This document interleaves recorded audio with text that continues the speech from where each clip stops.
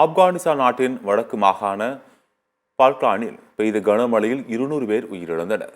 ஆப்கானில் பல்வேறு மாகாணங்கள் கனமழையால் பாதிக்கப்பட்டுள்ளது. தகார் மாகாணத்தில் 20 பேர் உயிரிழந்துள்ளனர்.